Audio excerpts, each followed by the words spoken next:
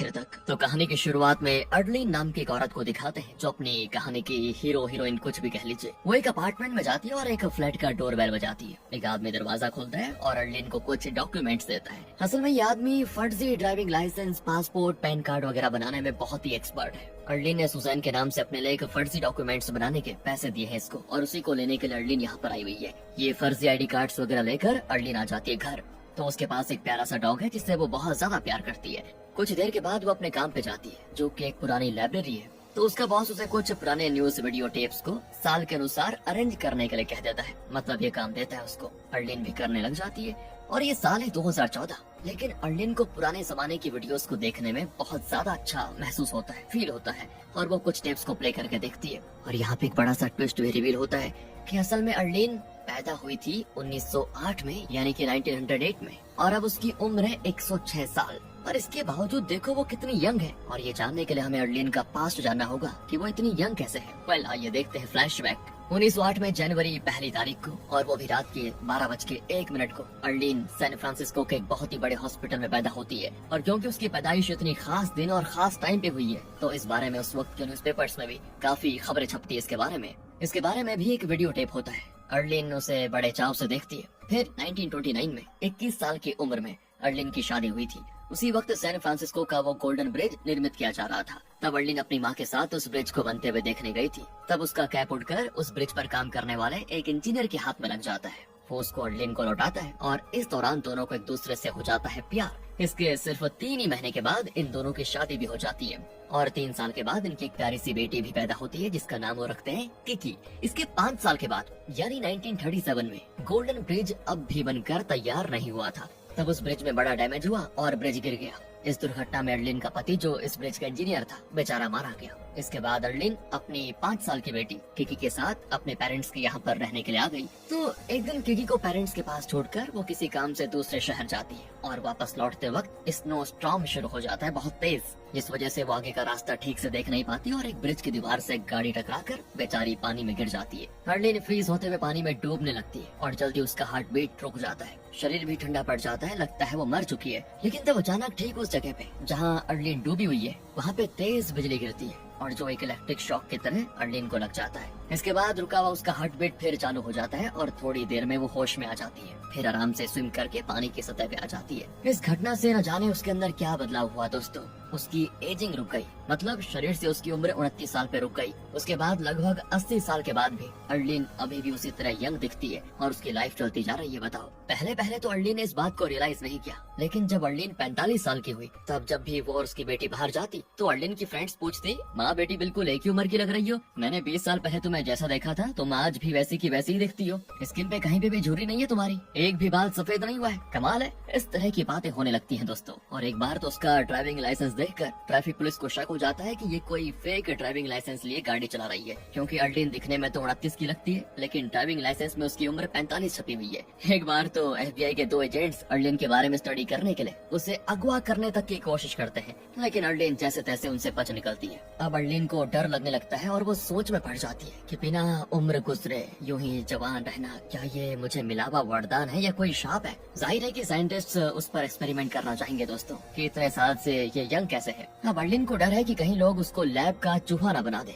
वो अपनी दुविधा अपनी बेटी किकी को समझाती है और कहती है, मैं वापस सैन फ्रांसिस्को जा रही हूँ। अगर यहाँ रही तो मुझे डर है कि ये लोग मुझ पे टेस्ट करते रहेंगे। सैन फ्रांसिस्को में मैं एक नए नाम और एक नई आइडेंटिटी के साथ जी लूंगी और कुछ दिन के बाद आकर तुम्हें देखूंगी। तब तक तुम नाना नानी के पास अच्छे से रहना। कहकर अर्लीन उसको अपना रिंग देती है और वापस सैन फ्रांसिस्को चली जाती है। वेल, अभी तक हमें अर्लीन का फ्लैशबैक दिखाया जा रहा था। यहाँ पे हमें बताया जाता है कि इसके बाद से अर्लीन ने हर 10 साल में एक बार अपना नाम, अपनी आइडेंटिटी, अपने रहने की जगह तक को बदलना शुरू कर दिया और उसके अनुसार उसने अपने लिए फर्जी डॉक्यूमेंट्स बनाना भी शुरू कर दिया था, ताकि कहीं पे भी किसी को शक न हो। तो फिलहाल उसने अपना नाम जेनिफर रख लिया है और उसके हिसाब से डॉक्यूमेंट्स बनवाए और उसी नाम से वो इस लाइब्रेरी में काम कर रही है। यहाँ पे कुछ वक्त रहने के बाद अब अर्लीन किसी दूसरी जगह एक फार्म में जाकर रहने वाली है और वहाँ वो सुजैन के नाम से रहेगी। इसीलिए अर्लीन ने उस आदमी से सुजैन के नाम से डॉक्यूमेंट्स बनवाए थे। अब कल को न्यू ईयर है और अर्लीन की एक फ्रेंड जो नेत्रहीन है, वो अर्लीन को अपनी पार्टी में इनवाइट करती है, जो कि एक होटल में होने वाला है। वहाँ वो पियानो बजाने वाली है और इसीलिए वो अर्लीन को इनवाइट करती है। अर्लीन भी मान जाती है और अगले दिन वो उस पार्टी वाले होटल में चली जाती है। वहाँ पर कुछ फोटोज फ्रेम करके रखे होते हैं। एक फोटो तो लगभग 50 साल पुराना होता है, जिसमें अर्लिन उस वक्त अपने फ्रेंड्स के साथ इस होटल में आई थी, बहुत पहले, मतलब 50 साल पहले। और तब एक मोमेंट को इस फोटो में कैप्चर किया गया था। उसे यादगार के तौर पर इस होटल वालों ने फ्रेम करके रख दिया था। अब अर्लिन उस फोटो को बड़े ध्यान से देखने लगती है, फिर अपनी फ्रेंड के साथ बैठकर मजे से बातें करती है। तब वहाँ पर एक आदमी आता है जो अर्लिन को देखने लगता है। अर्लिन भी उसको देखती है। उस आदमी को देखकर अर्लिन को न जाने क्यों बड़ा अजीब फील होता है। और तभी एक औरत उस आदमी के साथ बहुत ही क्लोज होकर बातें करती है। तो अर्लिन को लगता है कि शायद ये उसकी गर्लफ्रेंड है। वेल, पार्टी के बाद जब अर्लिन लिफ्ट से नीचे जा रही होती है तो वो आदमी लिफ्ट में भी उसके साथ आ जाता है। तब वो आदमी बताता है कि जब आप मुझे देख रही थी ना, तो जो लड़की मेरे पास आकर बातें कर रही थी वो मेरी गर्लफ्रेंड नहीं है। अर्लिन कहती है, मैंने तुमसे उसके बारे में तो कुछ पूछा ही नहीं, फिर मुझे क्यों बता रहे हो? वो कहता है, बहुत देर से मुझे देख रही थी, मैं जानता हूँ, पर जब वो लड़की मेरे पास आई तो उसके बाद आप पार्टी में मुझे एकदम से इग्नोर करने लगी, तो मैंने सोचा इस बात को थोड़ा क्लियर कर दूं कि वो मेरी गर्लफ्रेंड नहीं है। अब इस पर तो अर्लिन हंस देती है और उसे भी बाद में बड़ा पसंद आ जाता है। और यही है दोस्तों अपनी कहानी का हीरो एलिस। लेकिन अगर आपको ये लगता है कि अर्लिन को लव एट फर्स्ट साइट हुआ है तो शायद आप गलत सोच रहे हैं। उसे एलिस से प्यार क्यों हुआ, ये बातें आपको आगे जाकर रिवील होंगी। इसके बाद वो अपने बारे में कुछ बातें शेयर करती है। आखिरकार लिफ्ट आ जाती है नीचे और अर्लिन एक टैक्सी को हायर करके जाने लगती है। तो एलिस कहता है, जब इतनी बातें हो ही गई है तो अपना फोन नंबर भी दे दीजिए, या कम से कम अपना पता तो बता ही दीजिए। इस पर अर्लिन हैप्पी न्यू ईयर कहकर टैक्सी में वहाँ से चली जाती है। वेल, अगले सीन में अर्लिन एक बूढ़ी औरत से मिलने जाती है। ये कोई और नहीं, अर्लिन की बेटी किकी है दोस्तों।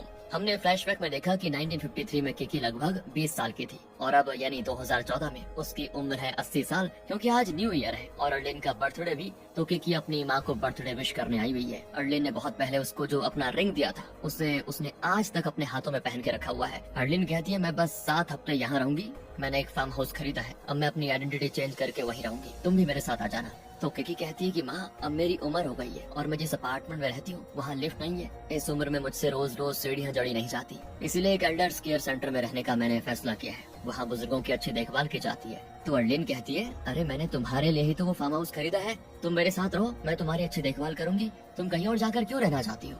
इस सिचुएशन को जरा सोचिए। मामूली तौर पर जब बच्चे बड़े हो जाते हैं तो वो पेरेंट्स की देखभाल करने की बात करते हैं, लेकिन यहाँ पर एकदम उल्टा हो रखा है दोस्तों, क्योंकि माँ बढ़ती उम्र के बावजूद यंग है लेकिन बेटी बूढ़ी हो चुकी है। पर किकी कहती है कि माँ, मैं तो कुछ ही साल में परलोक से धर जाऊंगी, फिर आप अकेले कब तक जगह जगह घूमती रहेंगी? अपने लिए एक साथी ढूंढ लीजिए, मेरे बाद आप अकेली हो जाएंगी। वैसे अर्लिन चाहती तो है शादी करके अपना एक नया परिवार बसाने के लिए, लेकिन उसने ऐसा किया नहीं अभी तक, क्योंकि अगर उसने शादी करके बच्चे किए तो बच्चे बड़े होंगे, पति बूढ़ा हो जाएगा, बच्चे बूढ़े होकर चल बसेंगे, पति भी, लेकिन अर्लिन वैसी की वैसी ही रहेगी और उसे अपनी आंखों के सामने सबकी मौतें देखनी पड़ेंगी। एंड सीरियसली वो ये हरगिज नहीं चाहती, इसलिए उसने अभी तक दूसरी शादी नहीं की। खैर, बेटी को वहाँ से विदा करके अर्लिन घर आ जाती है। अगले दिन जब अर्लिन काम पे जाती है तो वहाँ पर एलिस आ जाता है। असल में दोस्तों ये एलिस भाई साहब एक राइटर है जिन्होंने कई बुक्स लिखे हुए हैं, तो वो अपने कुछ बुक्स इस लाइब्रेरी को डोनेट करने के लिए आया हुआ है और कुल मिलाकर इन बुक्स की कीमत होती है $50,000। अर्लिन को देखते उसकी खुशी का ठिकाना नहीं होता और कहता है कि उस दिन तो आपने मुझे अपना नंबर पता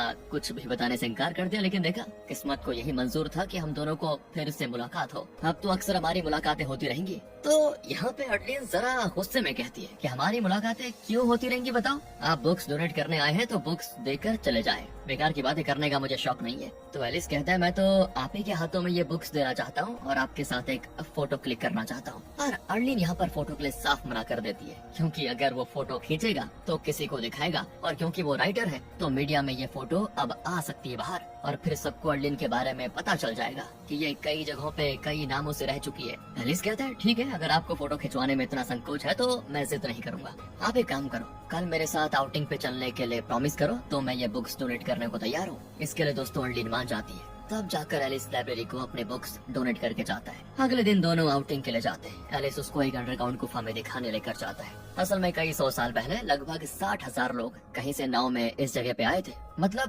प्रेजेंट में जिसे सैन फ्रांसिस्को कहा जाता है वहाँ पर आए थे, ये समझ लीजिए। और उस समय वो अपनी नाव को यहाँ पर छोड़कर अलग अलग जगह पर माइग्रेट हो गए थे। कई साल हो गए तो वो नाव जमीन के अंदर दबकर रह गए और उसी जमीन के ऊपर ये सैन फ्रांसिस्को शहर बनाया गया था। जब शहर बनने लगा तो पानी के लिए पाइप्स वगैरह लगाने के लिए जो जमीन को खोदा जाने लगा तो अंदर ये बोट्स मिले और तब से इस जगह को एक हेरिटेज साइट की तरह सेफ रखा जा रहा है। ये सब देखकर अर्लिन चौंक जाती है और कहती है, मैं कई साल सैन फ्रांसिस्को में रह चुकी हूँ, लेकिन आज तक इस अद्भुत जगह को मैंने देखा नहीं और ना ही इसके बारे में कभी सुना, तो मुझे यहाँ पे लाने के लिए थैंक्स। अब एलिस अपने परिवार के बारे में बताता है और अर्लिन से उसके बारे में पूछता है, तो वो बस इतना ही कहती है कि मेरा एक प्यारा सा डॉग है, उसके अलावा मेरा कोई नहीं। वैसे देखो मुझे अब जाना होगा, बहुत देर हो गई है ना। एलिस कहता है आज का दिन तो बहुत ही नॉर्मल रहा, किसी और दिन हम डिनर पे चलेंगे, मजा आएगा। तो अर्लिन हंसकर कहती है नहीं नहीं, कुछ ही दिनों में मैं ये शहर छोड़कर जाने वाली हूँ, इसलिए हमारे ये बार बार मिलने का कोई फायदा नहीं होगा। बेचारा एलिस जरा उदास हो जाता है, लेकिन कहता है मैं एक जोक सुनाता हूँ चलो, और अगर आप उस जोक पे हंसी तो आप ये शहर छोड़कर नहीं जाएंगे। कहकर वो अर्लिन को एक जोक सुनाता है, और जोक भी ऐसा कि उससे ज्यादा वाहियात जोक इस दुनिया में ना हो। अर्लिन तो बस इसलिए हंस देती है कि वाहियात पने की भी हद होती है। वाहियात पना, ये मेरे मुंह से क्या निकल गया? ये वर्ड होता है दोस्तों क्या? वैसे पता नहीं, खैर छोड़िए। पर ये सुनने के बाद एलिस का चेहरा खिल जाता है और कहता है मैं जीत गया, देखा मैं जीत गया, अब आप ये शहर छोड़कर नहीं जाएंगे राइट? खैर आप कल मेरे घर आइए, आपके लिए एक बढ़िया दावत तैयार करके रखूंगा। एलिस सोचती है कि इस शहर को छोड़ने से पहले एक बार उसके घर चल ही जाऊं। तो अगले दिन वो एलिस के घर पड़ जाती है और उससे पता चलता है कि घर की पेंटिंग से लेकर बल्ब वायर ठीक करना, छोटे मोटे रिपेयर करना, ये सारे काम एलिस ही करता है। और इस घर में उसके अलावा कोई और है ही नहीं। घर में चीजें भी यहाँ वहाँ पड़ी होती है। लगता है वो घर को सजा धजा कर उसकी ओरिजिनलिटी बिगाड़ना नहीं चाहता। इस किस्म का इंसान है बताओ, एकदम खुली किताब की तरह। उसने अर्लिन के लिए सच में एक बढ़िया दावत तैयार की होती है जो काफी स्वादिष्ट होती है। अर्लिन को बड़ा पसंद आता है। फिर दोनों के बीच काफी देर तक गप्पे शप्पे होती है और बातों ही बातों में दोनों एक दूसरे के करीब आ जाते हैं और इंटीमेट भी। अगले दिन एलिस अर्लिन से पहले उठकर नाश्ता बना रहा होता है। जब अर्लिन जागती है तो देखती है कि एलिस फोन पे किसी से बात कर रहा है। असल में एलिस ने किसी चैरिटेबल ट्रस्ट को डोनेशन देने का वादा किया था और उसी सिलसिले में वो उसे कॉल कर रहा है। लेकिन उस तरफ से पोर्चुगीज भाषा में कोई बोल रहा होता है, लेकिन एलिस को पोर्चुगीज नहीं आती। वो डगमगा रहा होता है और तब अर्लिन फोन लेकर बातें करती है और फिर एलिस को ट्रांसलेट करके बताती है कि क्या वो कहना चाह रहा है। एलिस दंग रह जाता है कि तुमने ये भाषा कब सीखी? अब दोस्तों वो क्या जाने कि अर्लिन कई सालों से अपनी आइडेंटिटी बदल बदल कर पता नहीं कहां कहां होकर आ गई है और वहां की भाषाएं भी सीख गई है। फिर अर्लिन जल्दी जल्दी टैक्सी में काम के लिए निकलती है तो रास्ते में एक पार्क आता है जिसमें एक बेंच को देखकर उसे 50 साल पहले की याद आती है, जब वो अपने लवर से मिलने इसी पार्क में आई थी और इसी बेंच पर दोनों बैठकर बातें किया करते थे। एक दिन वो अर्लिन को प्रपोज करने के लिए रिंग लेकर इसी बेंच पे बैठा हुआ अर्लिन का इंतजार कर रहा था। अर्लिन भी वहाँ पर आ तो गई थी, लेकिन दूर से उसको देखकर अर्लिन वहाँ से निकल गई थी। असल में अर्लिन उससे बहुत प्यार करती थी, लेकिन फिर उसे ख्याल आया कि अगर वो उससे शादी करेगी तो फिर वही परेशानी, उसकी उम्र बढ़ जाएगी, वो मर जाएगा, लेकिन अर्लिन जवान रहेगी और वो ये सारी चीजें होते हुए देखना नहीं चाहती थी। तब उसने फैसला किया कि यह आदमी मेरे साथ एक नॉर्मल जिंदगी नहीं जी पाएगा, फिर मैं इसे और दुख क्यों दूं, कम से कम ये तो एक चैन की जिंदगी जिए। यही सब सोच सोच कर अर्लिन उस दिन उससे मिले बगैर वापस चली गई थी और उसके बाद शहर छोड़कर भी चली गई। ये सारी बातें सोच सोच कर अब अर्लिन की आंखें भर आती है। फिर एलिस की बुक्स पढ़कर वो घर आती है तो उसका डॉग बीमार होता है। डॉक्टर बताते हैं कि इसका किडनी फेल हो चुका है, ये जल्द मर जाएगा। सुनकर अर्लिन को बहुत दुख होता है क्योंकि अब तक कई डॉग्स पाल चुकी है वो, और हर डॉग इसी तरह बीमार पड़कर या बूढ़ा होकर मर जाता है। और अर्लिन जो अपना अकेलापन दूर करने के लिए डॉग को पालती है वो फिर अकेली पड़ जाती है। इतना ही नहीं, अर्लिन के रिश्तेदार, उसके फ्रेंड्स, उम्र में उससे छोटे सभी के सभी बूढ़े होते और एक दिन मर जाते। लेकिन अर्लिन उन सबको खोकर हमेशा हमेशा के लिए जिंदा रहने वाली है, यही तो होगा अब, और वो भी इस जवान रूप में। दोस्तों यही सोच सोच कर उसका दुख और बढ़ जाता है कि ऐसी जिंदगी जीकर क्या फायदा जहाँ अपने करीबी लोगों की बस मौत ही मौत देखने को मिले। दोस्तों आखिर में उसका ये प्यारा सा डॉग भी मर जाता है। इसके बाद वो एलिस के साथ काफी क्लोज हो जाती है। दोनों एक दूसरे की पसंद नापसंद को बहुत ही अच्छे से समझते हैं। लेकिन एलिस के साथ भी वही सब होगा ना जो अर्लिन के लवर के साथ उसके फ्रेंड्स के साथ हुआ था। एक दिन वो भी बूढ़ा होकर मर जाएगा और अर्लिन फिर अकेली रह जाएगी। यही सोचकर अर्लिन इस रिश्ते को खत्म कर देना चाहती है। और एक दिन जब वो अर्लिन से मिलने आता है तो वो उसके मुंह पे कह देती है कि प्लीज आइंदा से मुझसे मिलने मत आना। बेचारा बहुत परेशान होकर चला जाता है कि क्या हो गया अचानक। अर्लिन भी कम दुखी नहीं होती। वो इस बारे में अपनी बेटी किकी से कहती तो किकी कहती, देखो माँ, कल जो होगा उसके बारे में सोचकर आप अपना और एलिस का आज क्यों बर्बाद करना चाहती है? कल के लिए आज को क्यों बर्बाद करना? जाकर उससे माफी मांगे और प्लीज उससे शादी करके अपनी लाइफ को जीना शुरू करिए। अर्लिन कहती है कि मैंने हर 10 साल में अपना नाम और आइडेंटिटी बदलकर जो फर्जी डॉक्यूमेंट्स यूज किए हैं, जो फ्रॉड किया है, उसके बारे में अगर पता चल गया तो सोचो एलिस पर क्या बीतेगी। वो एकदम टूट जाएगा बेचारा। ऊपर से मैंने कितने लोगों को गलत नाम, गलत आइडेंटिटी बताकर धोखा दिया है, उसका क्या? किकी कहती है, आपने अब तक जिन लोगों से झूठ बोला था वो लोग जिंदा थोड़ी है माँ, सब बूढ़े होकर मर चुके हैं। आगे भी आप जिनसे झूठ बोलेंगी वो भी एक न एक दिन मर जाएंगे, लेकिन आप तो जिंदा रहेंगी ना।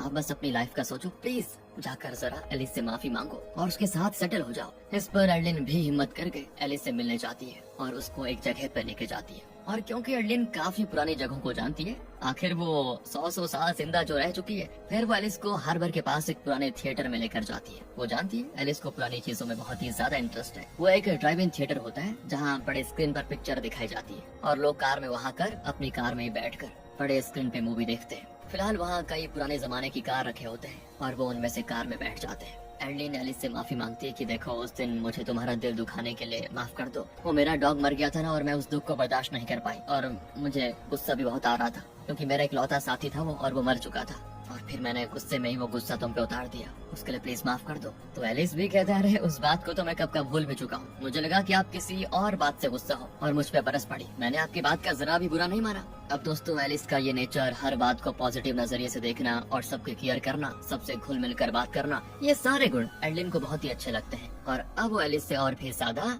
घनिष्ठ प्यार करने लग जाती है। अर्लिन का एक्स लवर जिससे वो उस दिन पार्क में मिले बगैर लौट गई थी, उसका और एलिस का कैरेक्टर लगभग एक जैसा होता है। इतना ही नहीं, अर्लिन को लगता है कि इन दोनों के चेहरे भी काफी मिलते जुलते हैं और इसी पॉजिटिव सोच के साथ वो अब एलिस से बात करने लगती है और दोनों का रोमांस शुरू हो जाता है। अब अगले सीन में क्रिसमस सीजन होता है और एलिस अर्लिन को अपने पेरेंट्स से मिलवाने उसे अपने घर इनवाइट करता है। दोनों कार में जाते हैं मस्त। अर्लिन ड्राइव करती है और वो बहुत ही फास्ट चलाती है और एलिस की घबराहट के मारे प्राण निकल जाते हैं।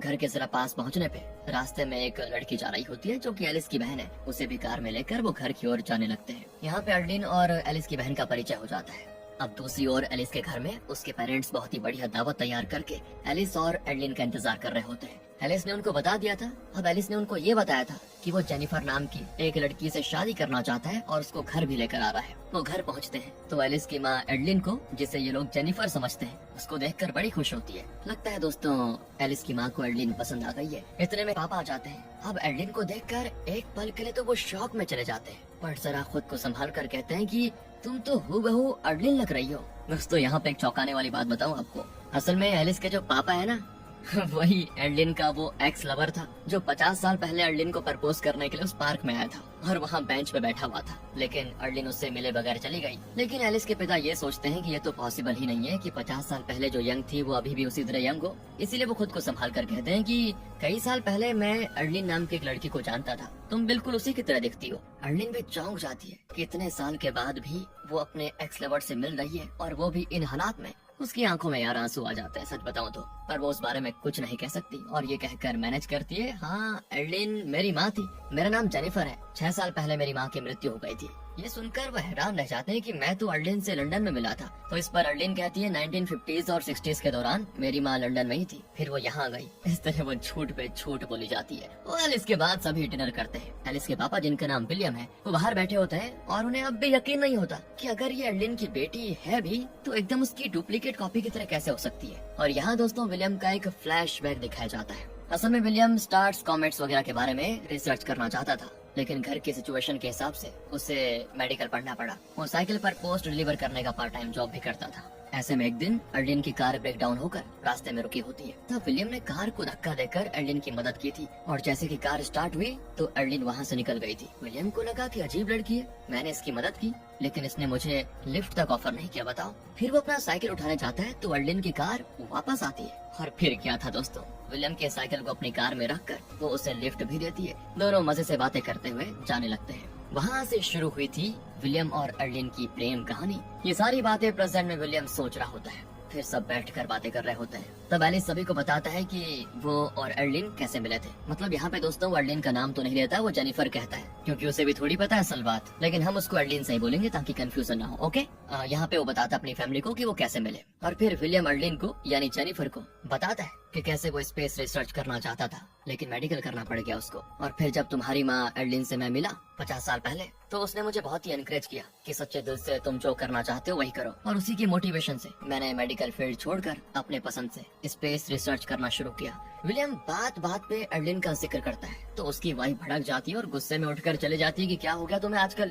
जब से ये आई है तब से बस अर्लिन अर्लिन लगा के रखा हुआ है। विलियम कहता है मैं तो बस उसकी माँ को जानता था और मैंने कोई गलत बात तो नहीं की ना। और उसकी वाइफ कहती है नहीं, तुम्हारी बातें सुनकर मुझे तो शक है कि तुम और वो अर्लिन उस जमाने में काफी क्लोज रहे होंगे, तभी तुम्हें उसके बारे में इतनी सारी बातें याद है। इस पर विलियम उसे शांत करता है कि हाँ मैं मानता हूँ हम दोनों क्लोज थे, लेकिन जब उसने मुझसे मिलना जरूरी ही नहीं समझा तो मैंने मूव ऑन कर लिया। और पिछले 40 साल से मैं तुम्हारे साथ हूँ, तुम्हें तो पता ही ही है, आज तक मैंने कभी उसका जिक्र किया नहीं ना, तो मेरा यकीन करो वो मेरे दिल से कब की जा चुकी है। मुझे बस उसके बारे में जानना था कि वो गई कहाँ थी और मुझसे मिली क्यों नहीं, इसीलिए मैं उसकी बेटी से पूछ रहा था। फिर वो एक जनरल नॉलेज रिलेटेड गेम खेलते हैं जिसमें विलियम 1940s-50s के वक्त से रिलेटेड सवाल करता है और एडलिन सबका सही सही जवाब देती है। सभी हैरान होते हैं कि ये ठहरी यंग लड़की 1950 की घटनाओं को इतनी डिटेल में कैसे जानती है, पर क्योंकि एडलिन लाइब्रेरी में काम करती है तो उन्हें लगता है कि शायद वो कई बुक्स पढ़ती होगी और इसलिए उसको इतना कुछ पता है, इसलिए वो इस बात को ज्यादा सीरियसली नहीं लेते। फिर रात को एडलिन टहलने निकलती है तो विलियम भी वहाँ पर आ जाता है। दोनों कुछ देर बातें करते हैं और तब वो बताता है कि तुम्हारी माँ से जब मैं मिला था ना तो वो काफी यंग थी,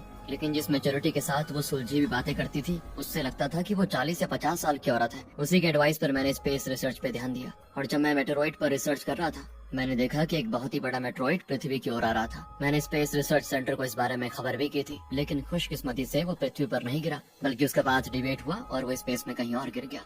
उस मेट्रॉइड को मैंने अर्लिन का नाम दिया क्योंकि वो मेट्रॉइड पृथ्वी पर गिरने वाला था लेकिन मिस कर गया, वैसे जैसे तुम्हारी माँ मुझसे मिलने वाली थी लेकिन मिस कर गई। कहते कहते दोस्तों वो काफी इमोशनल भी होता है। अर्लिन तो डगमगा कर खड़ी की खड़ी रह जाती है क्योंकि वो कुछ कह नहीं सकती। अगले दिन उनके घर में कुछ पार्ट्स आए होते हैं। अर्लिन भी उनको देख रही होती है। तब उसके सर पे कोई कीड़ा बैठा होता है जिसे हटाने के लिए विलियम कोशिश करता है, लेकिन तब वो अर्लिन के हाथ में एक निशान देख लेता है और उसको देखकर वो जैसे पगला जाता है और एकदम टेंशन में। असल में उसने अपनी पुरानी चीजें एक जगह रखी होती है और अब वो उन्हीं को देखने जा रहा होता है। यहाँ पे एक फ्लैशबैक दिखाया जाता है। जब विलियम और अर्लिन प्यार करते थे तो वो जंगल में कैंपिंग के लिए गए थे। तब अर्लिन के हाथ में एक नुकीली लकड़ी का घाव हो गया था और बहुत खून भी बहा था। तब विलियम ने उसके हाथ पे पट्टी बांधी थी और उसके साथ एक फोटो भी खींची थी जिसमें अर्लिन ने अपना चेहरा छुपाने की कोशिश की थी। प्रेजेंट में विलियम उसी को देखता है और वो समझ जाता है कि जो एलिस के साथ आई है वो जेनिफर नहीं बल्कि अर्लिन ही है। जरूर उसके साथ कुछ ऐसा हुआ जिसकी वजह से वो इतने सालों बाद भी उतनी ही यंग है। इसके पीछे कोई न कोई साइंटिफिक रीजन तो होगा ही। तो वो तुरंत जाकर अर्लिन से इस बारे में डायरेक्टली पूछ लेता है। एक पल के लिए तो वो फ्रीज हो जाती है कि क्या कहूँ और फिर रोने भी लगती है क्योंकि वो इस बार कोई झूठ नहीं बोल पाती। इतने सालों से उसके अंदर ये पछतावा तो था ही कि उसने विलियम से प्यार करके फिर उसे छोड़ दिया। उस बेचारे को पता तक नहीं था कि अर्लिन उसकी लाइफ से क्यों चली गई थी। अब वो विलियम को सब कुछ बता देती है कि किस तरह उस एक्सीडेंट के बाद उसकी उम्र बढ़ी ही नहीं। हर 10 साल में एक बार किसी न किसी तरह से उसको अपना नाम चेंज करके जगह जगह जाकर रहना पड़ गया। जो भी उसके करीब आता उससे रिश्ता बनाता है। उन्हें मरते हुए देखना और कभी न खत्म होने वाली ये जिंदगी कैसे उसके लिए शाप बनकर रह गई, ये सब उसको बताती है और ये भी कहती है कि मुझे इससे बाहर निकलने का रास्ता नजर नहीं आ रहा। असल में अर्लिन की शादी हुई और किकी पैदा हुई। उसके 5 साल बाद उसके पति की मौत हो गई। उसके कुछ साल के बाद ही उसकी मुलाकात विलियम से हुई थी और उसने विलियम से प्यार किया। अब वो विलियम को अपनी दुविधा बताती है कि उस दिन मैं तुमसे क्यों नहीं मिली। इसलिए नहीं मिली क्योंकि मैं नहीं चाहती थी कि तुम्हें मैं मरता हुआ देखूं। विलियम भी उसकी बात समझ पाता है। वो बताती है कि कुछ दिन हुए एलिस को जाने हुए मुझे, और जब मैंने एलिस को देखा तो मुझे पता नहीं ऐसा क्यों लगा जैसे वो तुम ही हो। इसलिए मुझे वो बहुत पसंद आ गया, लेकिन मैंने सपने में भी नहीं सोचा था कि वो सच में तुम्हारा ही बेटा होगा और जिंदगी मुझे ऐसे एक मोड़ पर लाकर खड़ा कर देगी। मुझे इसका भी अंदाजा नहीं था। देखो अब जब तुम्हें ये सब पता चल चुका है तो मेरा यहाँ रहना ठीक नहीं है, ना तुम्हारे लिए और ना तुम्हारे बेटे के लिए, ना ही तुम्हारे परिवार के लिए। पर विलियम कहता है कि तुम्हारी असलियत सिर्फ मैं और तुम जानते हैं। तुम मेरे बेटे के साथ एक हैप्पी लाइफ जियो, मैं किसी को कुछ नहीं बताऊंगा। अर्लिन कहती नहीं, मेरा ज़मीर इसकी इजाजत नहीं देता। कहकर वो जल्दी वहाँ से निकलती है। विलियम उसे रोकने की बहुत कोशिश करता है, लेकिन अर्लिन सीधे विलियम के घर से एलिस के लिए एक लेटर छोड़कर अपना लगेज लेकर निकल जाती है। एलिस बेचारा नहा कर आता है और तब वो उस लेटर को देखता है जिसमें अर्लिन ने लिखा होता है कि मेरी और तुम्हारी रिलेशनशिप इससे आगे नहीं बढ़ सकती। मैं तुम्हारी खुशी चाहती हूँ, इसलिए तुम्हें छोड़कर जा रही हूँ। अब कभी दोबारा हमारी मुलाकात नहीं होगी। मैं तुम्हारी नजरों से दूर जा रही हूँ। एलिस को तो जैसे शॉक लगता है क्योंकि उसे कुछ समझ नहीं आता कि ये हो क्या गया। फिर वो अपने पापा विलियम से पूछता है कि कहीं आपने कुछ कह तो नहीं दिया। विलियम कहता है मैंने कुछ नहीं कहा बेटा, लेकिन वो चली गई है और मैं उसे रोक नहीं पाया। एलिस कहता है ठीक है पापा, मैं जाकर देखता हूँ कुछ, प्लीज मुझे कार की चाबी दीजिए। विलियम पूछता है क्या तुम सच में उससे प्यार करते हो? एलिस कहता है ये कैसा सवाल है पापा, वो मेरे लिए अपनी जान से भी प्यारी है, उसके बिना मेरी लाइफ नहीं चल सकती। विलियम कहता है ऐसी बात है तो ये लो चाबी और ढूंढ लाओ उसको। एलिस कार में उसे फॉलो करने जाता है। अर्लिन बेचारी रोती हुई ड्राइव कर रही होती है, लेकिन तब अचानक एक मोड़ पे एक ट्रक आकर उसकी कार से टकरा जाता है और उस फोर्स में अर्लिन दूर जाकर गिरती है। ट्रक का ड्राइवर गाड़ी रोककर अर्लिन को देखता है, लेकिन उसकी मदद करने के बजाय वो बहुत जल्दी से वहाँ निकल जाता है ताकि कोई उसको देख न पाए। और अर्लिन दोस्तों, जिस तरह कई साल पहले उस एक्सीडेंट में पानी के अंदर से सांस नहीं ले पा रही थी, उसी तरह आज भी उसके दिल की धड़कन रुक जाती है और स्नोफॉल हो रहा होता है। उसकी बॉडी का टेम्परेचर भी घटता जाता है। इतने में एलिस वहाँ पर पहुँच जाता है और उसे इस हालत में देखकर वो तड़प उठता है। क्या हो गया? वो देखता है कि अर्लिन का हार्ट बीट रुक चुका है, तो वो अर्लिन को सीपीआर देता है, लेकिन कोई फायदा नहीं होता। पर लगता है किसी ने इस एक्सीडेंट को देखा और एम्बुलेंस को कॉल कर दिया। एम्बुलेंस भी आ जाती है और वो अर्लिन को इलेक्ट्रिक शॉक देकर उसका हार्ट बीट चालू करने की करते हैं कोशिश। कई साल पहले जिस तरह उस बिजली के गिरने से उसका हार्ट बीट फिर शुरू हुआ था, आज भी अर्लिन के अंदर उसी तरह की फिर से जान आ जाती है और आज उसका हार्ट बीट फिर एक बार चालू हो जाता है। फिर उसे हॉस्पिटल लेकर जाते हैं। एलिस की तो जैसे जान निकल गई थी और उसे ठीक ठाक देखकर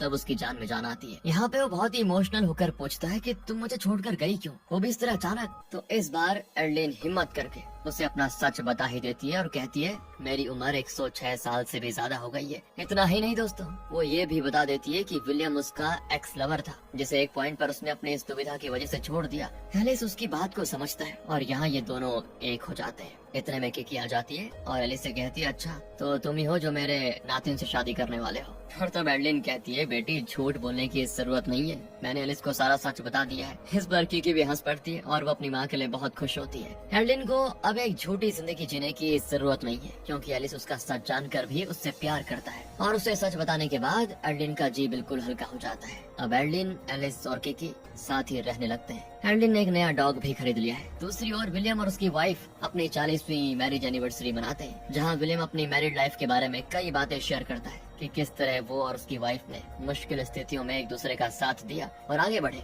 एडलिन और एलिस भी उस फंक्शन में जाने के लिए तैयार हो रहे होते हैं। तब एडलिन आईने में खुद को देखती है और वो नोटिस करती है कि उसका एक बाल सफेद हो रखा है। नॉर्मली जब कोई पहली बार अपने बाल सफेद होते हुए देखता है तो ज्यादातर छुपाने की ही कोशिश करता है या फिर जरा परेशान हो जाता है कि यार ये क्या हो गया, बाल सफेद हो रहे हैं, बूढ़े हो गए। बहुत ही कम लोग होंगे जो उसको एक नेचुरल प्रोसेस समझकर एक्सेप्ट करते हैं। लेकिन यहाँ सफेद बाल देखकर एडलिन की खुशी का ठिकाना नहीं होता, क्योंकि अब उसको यकीन है कि वो भी अब एक नॉर्मल लाइफ जीने वाली है और वो भी मरेगी और एलिस के साथ ही बूढ़ी होगी, तभी उसका अंत होगा। हमेशा जवान और जिंदा रह पाना उसके लिए एक शाप बन चुका था, इसीलिए वो उस शाप से मुक्ति पाने के रास्ते पे चल पड़ी। जानकर बड़ी खुश होती है वो। कई साल पहले जिस एक्सीडेंट ने उसे कभी न मरने की और हमेशा यंग रहने की शक्ति दी, रिसेंटली हुए एक्सीडेंट में वो शक्ति चली गई और यहाँ से उसका एजिंग शुरू हो गया है, यानी कि अब वो एक नॉर्मल इंसान की तरह जिंदगी गुजारेगी। यही सब सोचकर वो खुश होती है और इसी हैप्पी एंडिंग के साथ ये अलग तरीके की मूवी होती है खत्म। बाकी दोस्तों आप लोग बताइए आपको मूवी कैसी लगी, स्टोरी कैसी लगी, एक्सप्लेनेशन कैसा लगा। मिलते हैं आपसे अगली वीडियो में, ध्यान रखेगा अपना।